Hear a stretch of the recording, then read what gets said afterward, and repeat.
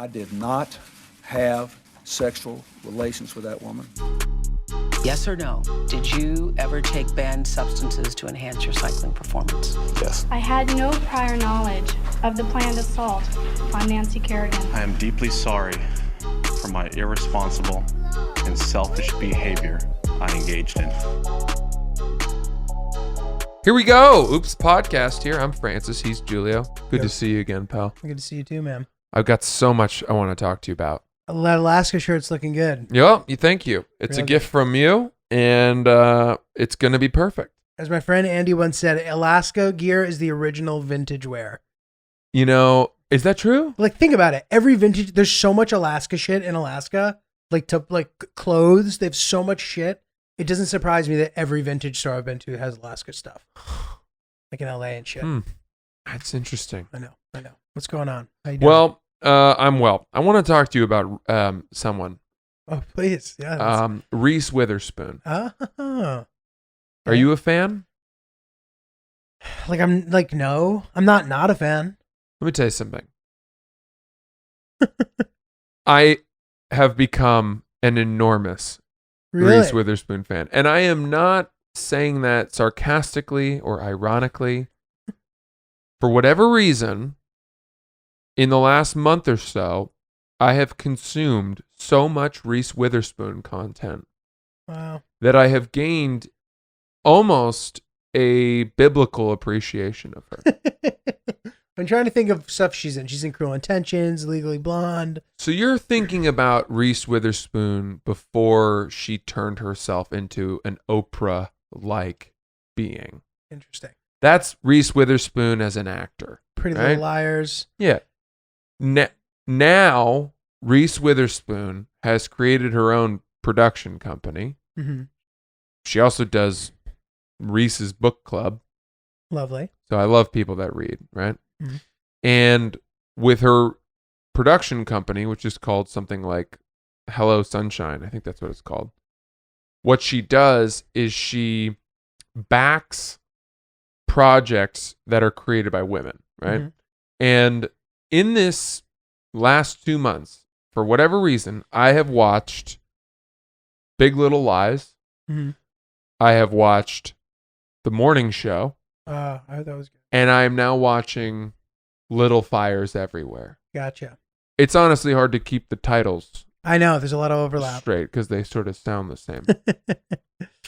She sort of plays a pretty similar character in everything. She's always the hero with a little bit of a flaw, a slightly flawed hero, but she's pretty unimpeachable. And I love that.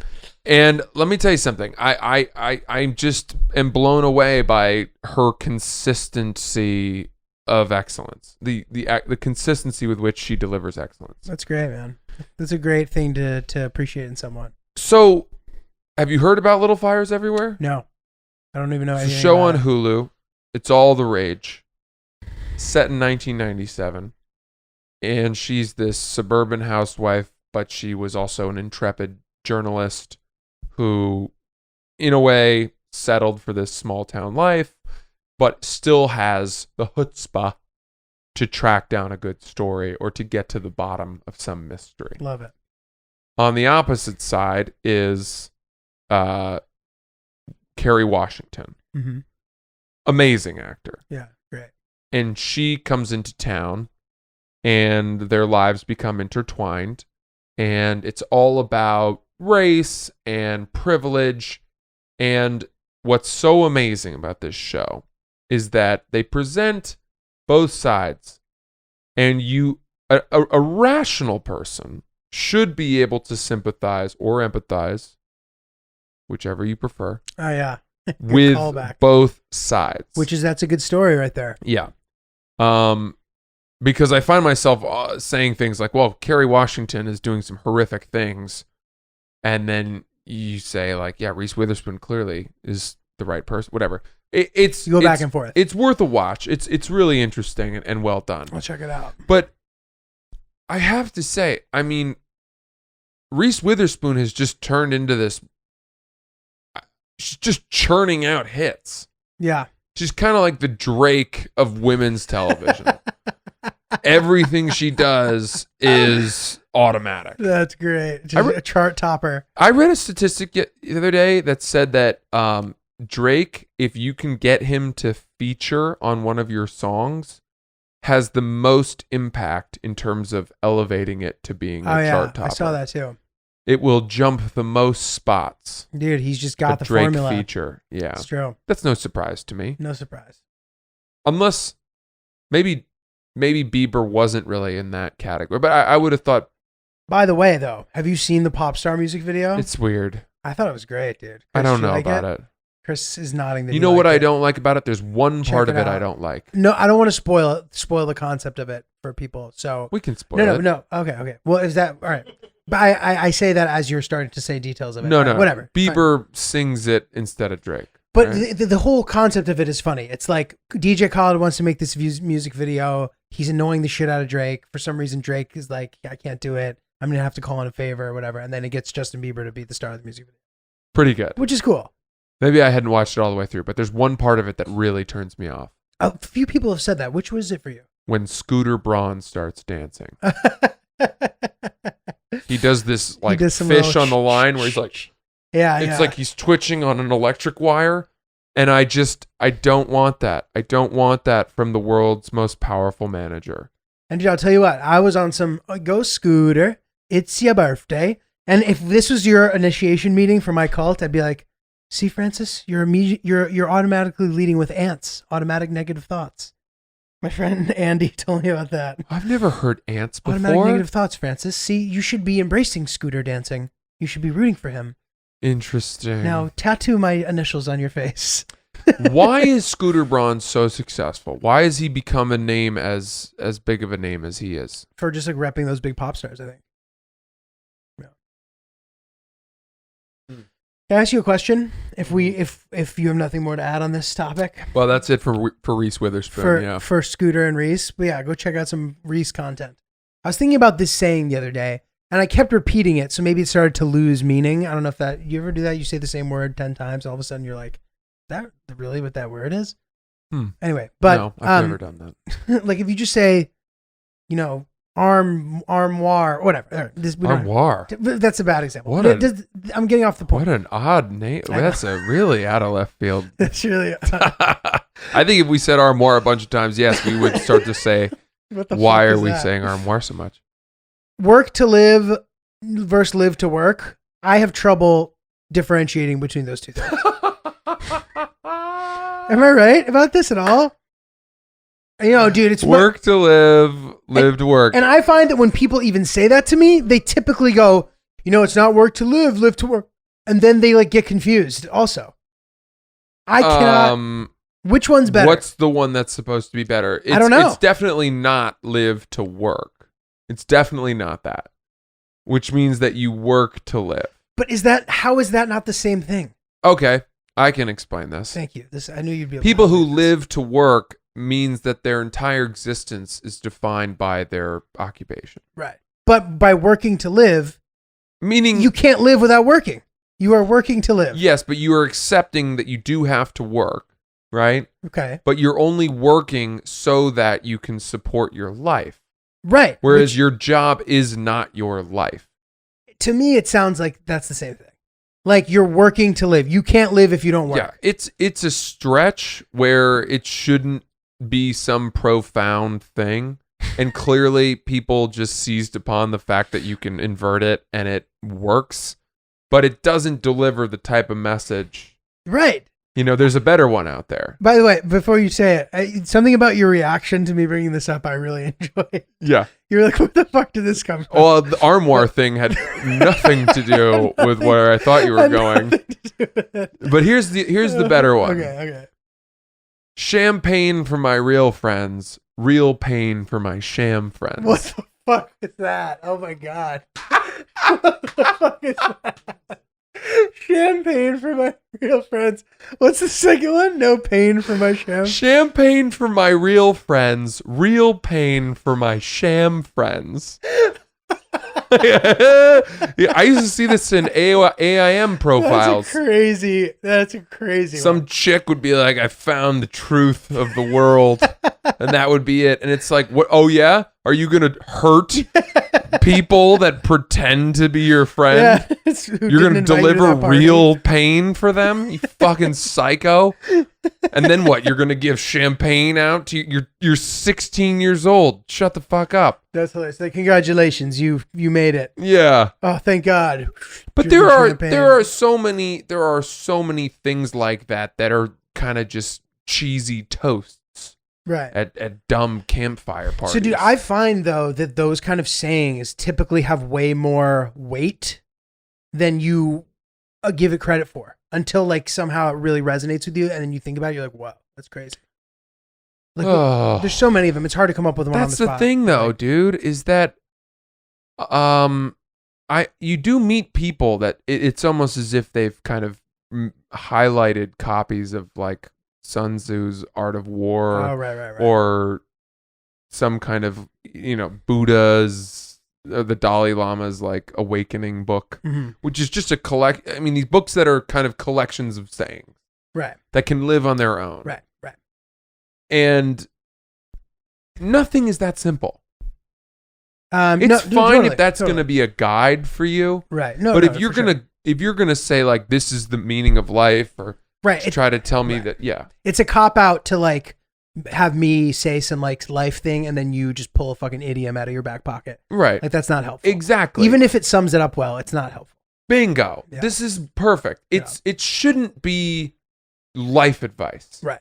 If you came to me and you said, I'm having problems with my girlfriend, I can't figure out what to do professionally, I am not getting along with my parents, what do you suggest? Right. You quoting and I said to you, hey, work to live to work. I would be a bad friend. Fuck me, right? Like, that's terrible. That's such a write-off. That's such a shitty way of giving advice. Yeah, totally. I heard this a couple years ago, and it's been my guiding principle. Wake up in the morning and smell the coffee. Right. And if you don't by noon, well, you should tap out. Right. It's like, what do you Right. Early to bed, early to rise. Yeah. Dude, that's funny. I have a friend who only speaks in sayings, but in a way that's, like, much more amusing. Like, he's not trying to be, like, profound, but, like, you'll ask him anything. You'll be like, hey man, like, you have any good, he, like, works in, like, finance. I'll be like, you have any good, like, stock tips? He'll be like, looking to get your beak wet? Yeah. Looking to get your beak wet? Yeah. Oh, got taken to the cleaners. It's funny. And he talks in this deep voice too. It's pretty funny. I am mocking these, but I did hear, I did read the famous Warren Buffett quote recently, which was, as far as investing, be bold when others are fearful, and be fearful when others are bold. Or be greedy when others are fearful, be fearful when others are greedy. And everyone says, well, it's like, is that really all it took for Warren Buffett to become the world's richest man, the greatest investor of all time? No, I watched the Warren Buffett documentary. Warren Buffett was reading for 6 hours a day. Right. He reads hundreds of pages of charts and he's a wonderkind. He's a genius. Right. And always has been. Right. He didn't just come upon that brilliantly simple quote and then say, like, that's him trying to boil it down for morons. Right. Who will never come within 100 miles of the success that he's had. It's not, applying his kind of, like, base principles to your life isn't going to help you. Right. Because you're not able to process all that information, etc. A million things why Right. you won't be able to. Dude, I know a girl who, like, let's talk about right place at the right time. Her grandfather was roommates with him in college, and he gave him a bunch of Class A Berkshire Hathaway stock, which is now worth, like, $300,000 a share. Wow. So she inherited, when she was born, she was just given a dozen of those. You hear about stories like that, and you always wonder who in the family, like, what kid finally said, I'm going to cash in on this, and then blew it all. And dude, I love her to death, but I think that she definitely has cashed in. Was it her? She's cashed in quite a bit of it, I think. You know what? What great granddaughter of a Carnegie or a Rockefeller was an aspiring poet who got hooked on needles and just blew the old, because what happens is with generational wealth, they say, Right. The patriarch or the matriarch starts it, the next generation grows it, and the third generation blows it. Right. And right? and so on and so forth until, between lawyers and everything, eventually it's gone. Right. Yeah. Because generational wealth doesn't last forever. As the branches of the family tree branch out and the money is inherited by more and more people, you're just not left with as much of a nut. Right. And not to mention, because you are given that nut, they argue that you kind of tend to be a little slower than your competition. Interesting. That because you don't Born have with the silver spoon, you Right. don't have to fucking do anything. So but it is fascinating to me to think about, if there is somebody who sets a family up for generations of not having to worry, Totally. and then one person, one link, Fucked it all up. let's say that they're just put it all into Akon's new city in Africa, Senegal. and it all went to shit. And it was lost. The great steel fortune You're right. of the third Carnegie generation. I don't know. That would be funny to me. A funny book to read. But I do want to ask you some questions. Please. We talked about Reese Witherspoon. We should go to Akon City when it's ready to go. Absolutely. That'll be fun. Convict music. Francis to Damasco. Hey, speaking of gifts. Yes. So, my girlfriend and I, we had our 2-year anniversary. Dude, I love this overlap. We are in the midst of our 2-year anniversary as well. Oh. We don't have a specific day. We say roughly around this time. I am glad to hear that. That makes me happy. Ooh, baby. Because we had a fight about this. Ooh, baby. We had a fight because she asked me, when's our anniversary, as a quiz. So she had an answer. She knew. Absolutely. Now, it's the 2nd year, so I probably should have known. Because you can get away with not knowing for sure in the 1st year. Correct. Right? And a lot of people, when do you start your anniversary? What's your anniversary? Is it the day that you tell the world we're now boyfriend and girlfriend? Right. Is it the day that you had sex for the first time? Is it the day that you met? It's the day I got her number for me. Really? Yep. The day I got her number, because from then on, we never stopped texting. And before that, she thought that I was like a fuck boy. And dude, we were joking because of how bad my attempts were. I remember this. I told you about this, right? Okay. So anyway, when I actually got her number, we actually started building something. And that is what we cite as our first moment. Got it. But still no date assigned. Right. It's literally today. It's roughly today. September 9th is when we're recording. So this. Around this time of year, do you plan a dinner or get a gift? So this is very funny you mentioned that. So last year this happened also. We went and did something fun. I was like, I'd like to do something for our anniversary. And she was like, okay. Like, what do you want to do? I was like, let's just go to a nice dinner or something. I got her a gift. I completely fucked up the gift. I got her this ring that she's never worn that she doesn't like. Oh. And then she got me an anniversary gift 3 weeks later. And it was something great that I used, but there was no binding date. It wasn't a birthday. Were you nonplussed that she didn't get you the gift until 3 weeks later? I didn't give a fuck. No.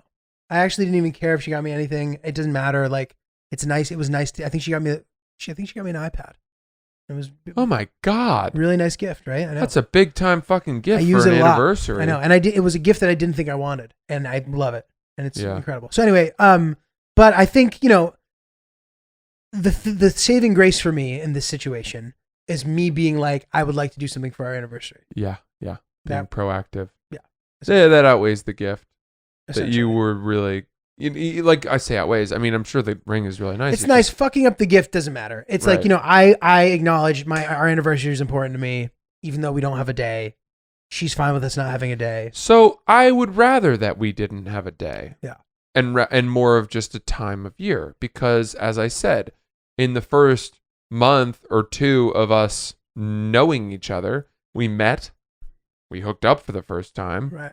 and then we, said we're dating officially, and then we said we loved each other. Dude, this is great. This is the All of those- Ramadan model. Many significant days that all encompass one event. 1 month of not eating. Just like, but like a ceremonial period, Sure. Yeah, Festive time. a festive time. I wish that we could have a rolling sort of schedule of it. Right. So where's the problem come in?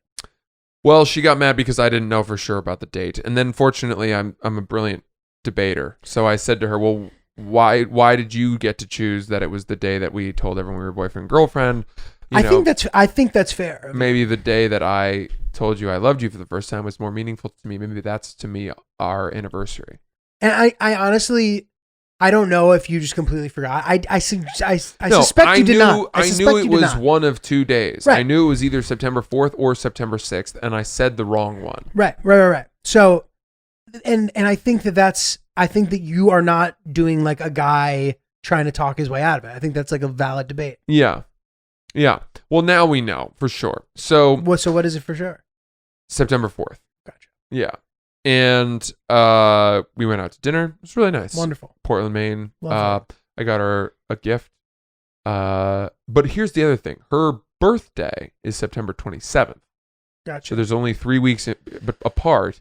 Last year, I got her a big gift for the anniversary, and I gave her a slightly lesser gift for her birthday. She didn't mind. Everything was fine. But I think it's more important for me to get her the more expensive gift for the birthday. I agree. So I saved it a little bit this year. I got her a perfectly nice gift. I got her a lovely set of pajamas from her favorite brand, which I won't name. It's Eberjay. Actually, I'll just name it. But we don't want to give them free ads. No free promo. But they make great shit. They're fucking pajamas. If you're a guy and you're looking for a gift, I'm going to back off. This feels like an ad. It's not an ad. I really like the Giselle pajamas from Eberjay. Good stuff. Anyway, yeah. I give her this gift, right? And then she knows that I like to receive gifts the way that I used to as a young boy when my dad would come home from a business trip, where he would walk in the door and my sister and I would run over to the couch, close our eyes, hold out our hands, and go, presents? Oh yeah, we've forced this ritual on Chris before, if I recall. What? We gave Chris his Christmas gift. Oh, we did make you this- do that. It was just like $400 cash. Yeah, it was like, and hold your hand out. Yeah, not a bad gift. It's not cute. a bad gift. That's cute. Yeah. It was good. But I know that sounds really entitled, and I think we were entitled as 4-year-olds. But even so, that's a fun way to receive a gift. So she has taken to this, and she said, okay, sit down, close your eyes. And I was like, oh boy, oh boy, oh boy.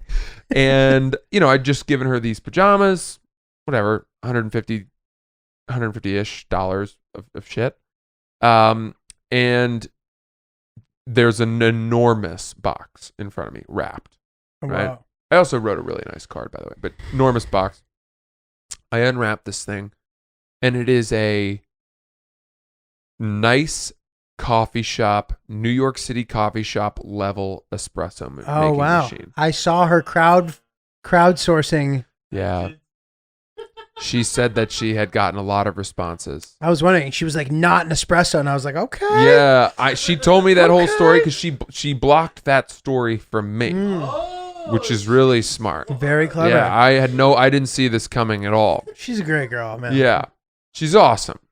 But it was, to that point, the most expensive thing that she'd ever bought for me. Mm-hmm. And this thing has changed our life already. It's awesome. It is fucking incredible. And nothing against Nespresso. I have a Nespresso. I've used it for years. It's so user-friendly and easy. But if you are a serious coffee drinker and you like espresso type drinks, lattes, iced lattes, flat whites, all that. Americano. Yeah. This fucking thing, it's the Breville like home espresso thing, Mm-hmm. is I get excited thinking about it. It makes me excited to wake up in the morning. There's a process. You learn it. There's the grinding of the beans, the tamping. You press the thing in, you turn it, and then you put your little cups under, and it pulls doubles. And then you tap it down. You go through the whole thing yourself, and you feel like a barista. That's cool. You feel like you're about to go to like a word storytelling open mic later on. That's cool. That's cool. In Gowanus. So it's awesome, and we've really been enjoying it. Now, here's why I brought this up. I'm not worried about it because I have a big gift for her birthday. But how likely are you to, one, if you're given a big gift, look it up online and find out how much it costs? And two, how much does the cost of the item affect your enjoyment of it? Oh, this is interesting. I do not look to see how much it costs. Never. No. And the cost does not affect the enjoyment. You know, I want you to think about this for a second. Because I feel like you're giving me a very political answer here. I'm not. I actually mean that. Like, I don't care about the gifts that I get from my girlfriend. I'm so much more concerned about getting her the right gifts. I mean, dude, I have to get her I have to be awesome 4 times a year. Anniversary, Valentine's, Christmas, and birthday. That's a lot of fucking stuff. That's a lot of stuff. So I'm just so overwhelmed at that I don't even give a fuck about what she gets me. I don't even think about it. It's like the dad mentality. Interesting. So and she has always kind of like gotten me these like awesome big gifts. I'll tell you when it does concern me. It concerns me when it's like I have a friend who gets me really expensive gifts. Oh God. Like he got me an Apple Watch for my birthday. What the fuck? He's like one of my best friends. If not my best friend. Kill someone for him? He's like literally he almost transcends friendship. Like when I think of friendship, this kid's like my brother. I don't have a friend like that. So I can't compete with him.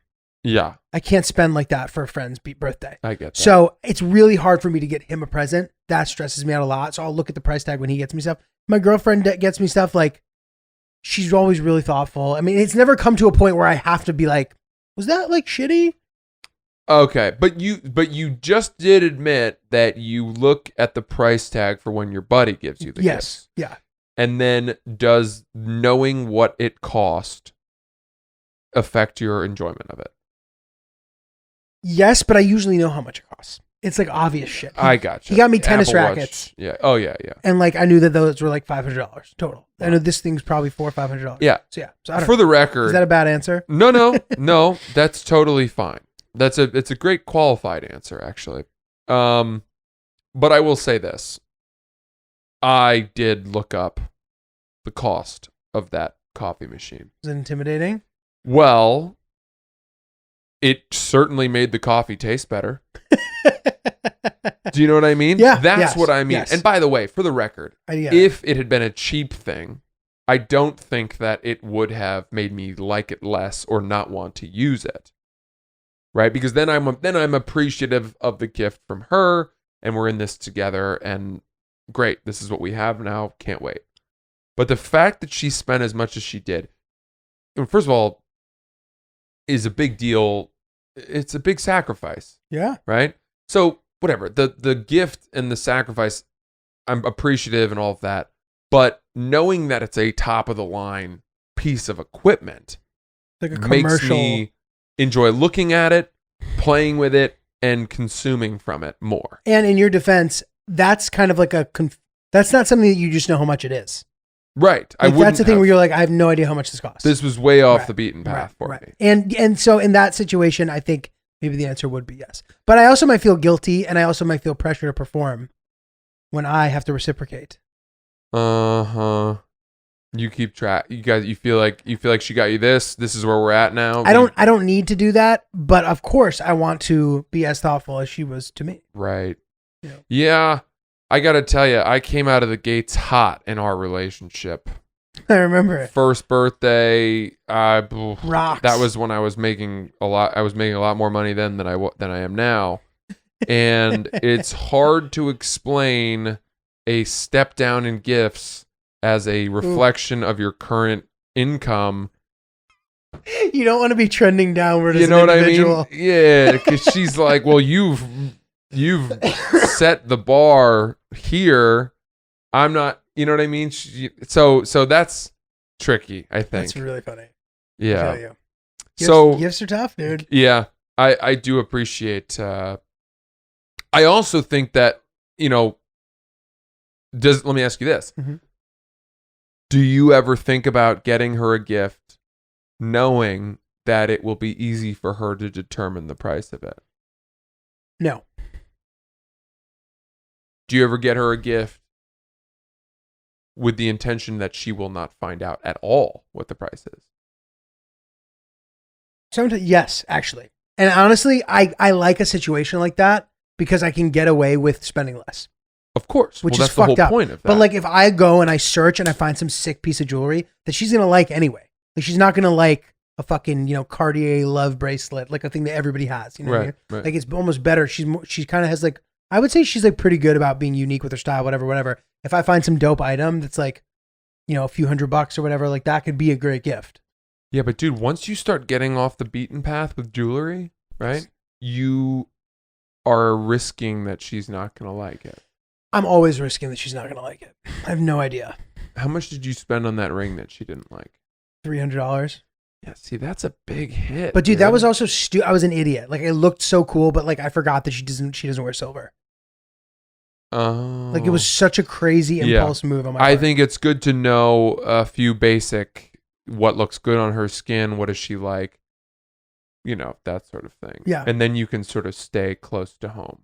Totally. You have a better chance. Dude, so this is funny you mentioned this. I was in California for like 2 seconds and I met this guy who was a boyfriend of one of my girlfriend's friends. If that makes sense.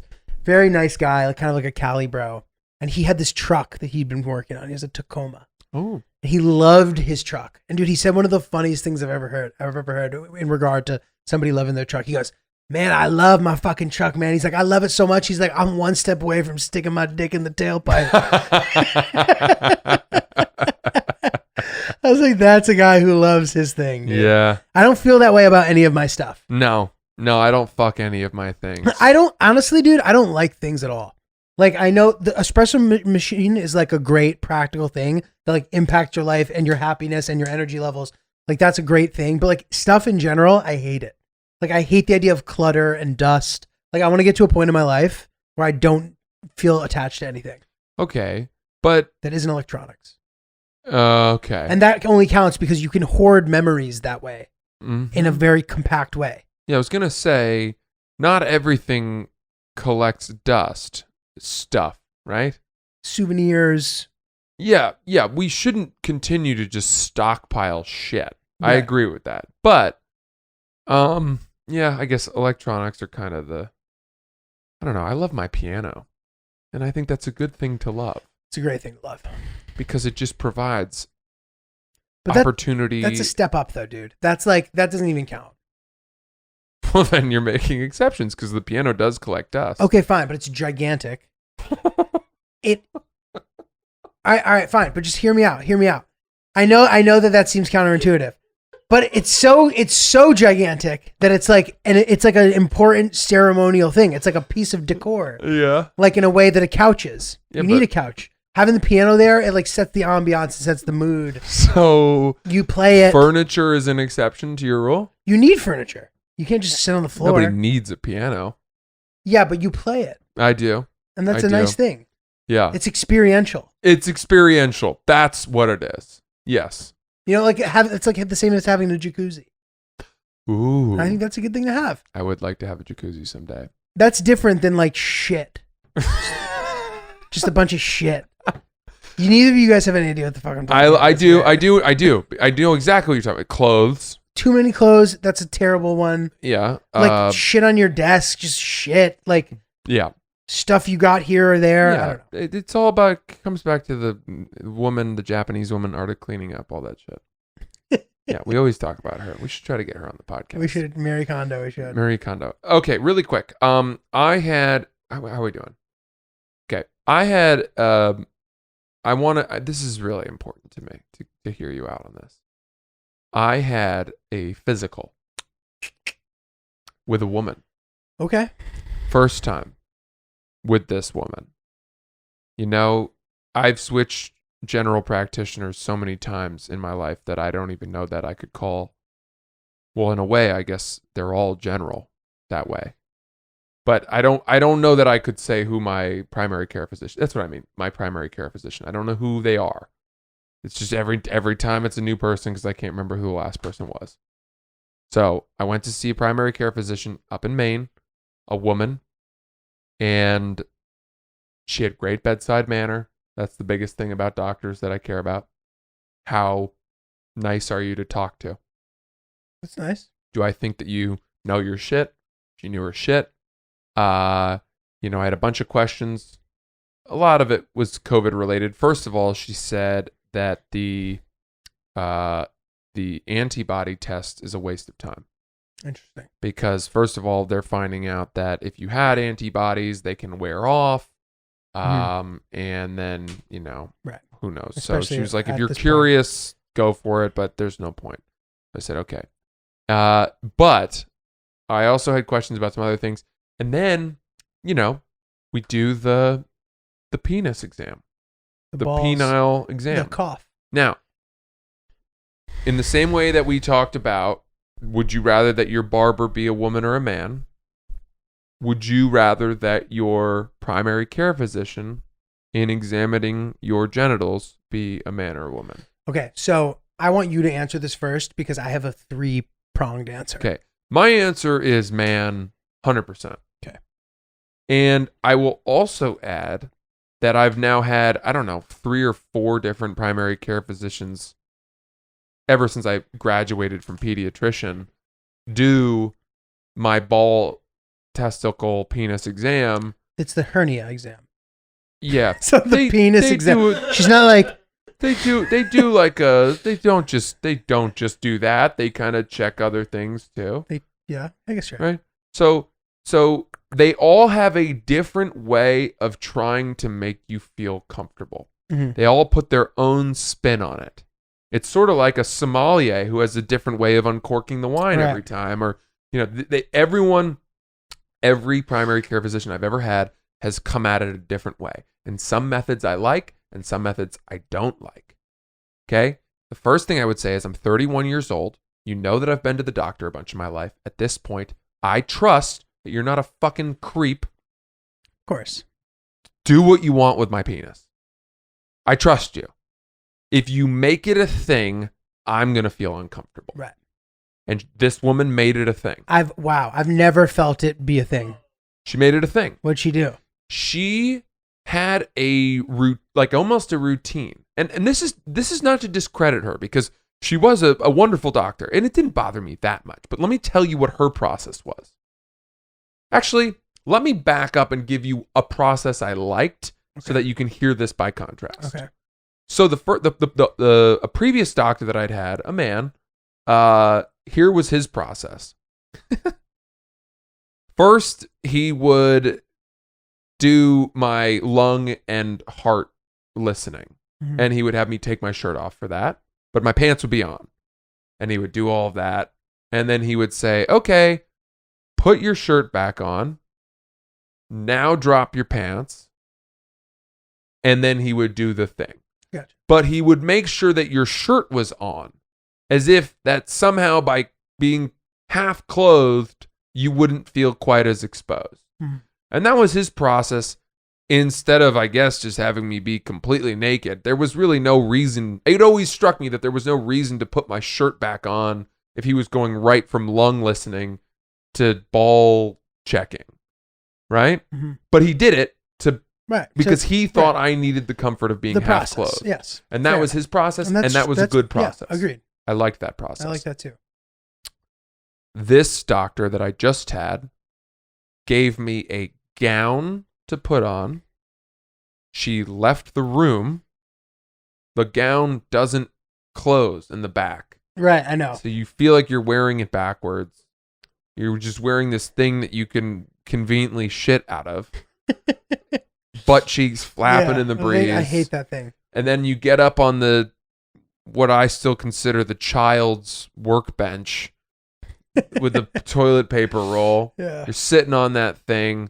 You know, she starts listening through the open flap in my back. I'm aware that my plumber's crack is hanging out because of the conversation we had about plumber's crack. I'm more insecure about my plumber's crack than anything else. It's not graceful. She's listening through my back to my lungs, and then she has me lie down, and then she places a sheet over sort of from my knees to my waist, And does it while you're laying down. and then sort of starts like folding it back as if it's like a massage, and now we're getting into the happy ending. Right. Jesus. And I don't know if it was my experience getting happy endings that made me think this is untoward. Oh yeah, it's triggering. But the whole rigmarole of it, almost like setting up a picnic blanket, pulling out your plates, your forks, serving the potato salad, all of that just to get to what I knew she was doing. I knew where she was going from the second whatever. Yeah, the like slow build seems unnecessary. It The felt like suspense. I was a table that was being set. Right. Just to check to make sure there were no hernias and no testicle things. And it's like, listen, lady, I'm comfortable. I'm sure a lot of people aren't, but I don't know. I don't know how to navigate that. And so that whole process, being as ceremonial as it was, made me uncomfortable. Totally. I feel you. Tell me about your situation. I feel you on that 100%. And it reminds me the gown situation. And I mentioned this briefly, but like one time I misunderstood the doctor. He's like, put this gown on, and I did. And then the guy came in, who's going to do the radiology thing. And he goes, yo, bro, you're naked, bro? Yo, man, put your clothes on, man. I was like, what? I was like, he told me. And I'm just naked and embarrassed. You know what I mean? So I feel you on that. So that was for an x-ray? Yeah, it was for an x-ray. Man, why are x-ray technicians, they're always so spunky. So much. They're the spunkiest people. Just a little fucking X-ray firecracker. technicians, they're not like doctors. They're Yeah, not no, they're like, not. hello, good to see you. They're like, yo, that's what you said. They always have attitude. Oh, put your clothes on, man. They always have attitude. I know. So anyway, I prefer a female doctor. I think they listen better. I don't like getting bullied out of my hypochondria. You're fine. I don't like that. What if I'm not fine? Sometimes people aren't fine. That's a great point. You know what I mean? Male doctors They do that. shame you. Dude, like I had something wrong with my stomach once, and like the guy comes in and he had like an intern. He was trying to impress her. He's like, oh, do this. And he was completely wrong. And there was actually like something wrong with me. He's like, just do it. Well, that just sounds like a horrible doctor. It sucked. Whatever. Yeah. So I prefer a female doctor for that reason. Mm-hmm. And I know that some people, like, this is a very immature point that I'm about to make, and I don't think I never think about this anymore as an adult, but I think that a lot of guys are like, oh, like, it's embarrassing if you get a boner or whatever, like, you know what I mean, while they're inspecting you, what if she's hot, haha. That's obviously never happened to me, but I will say this, one time I did get a boner while having a thing done to me by like a doctor sort of, and it was like really embarrassing and weird. Male or female doctor? Female, but it wasn't the doctor. I was getting an ultrasound on my stomach, and the woman was like so maternal and like busty and like not, dude, she wasn't even that hot, but she was just like doing the ultrasound with the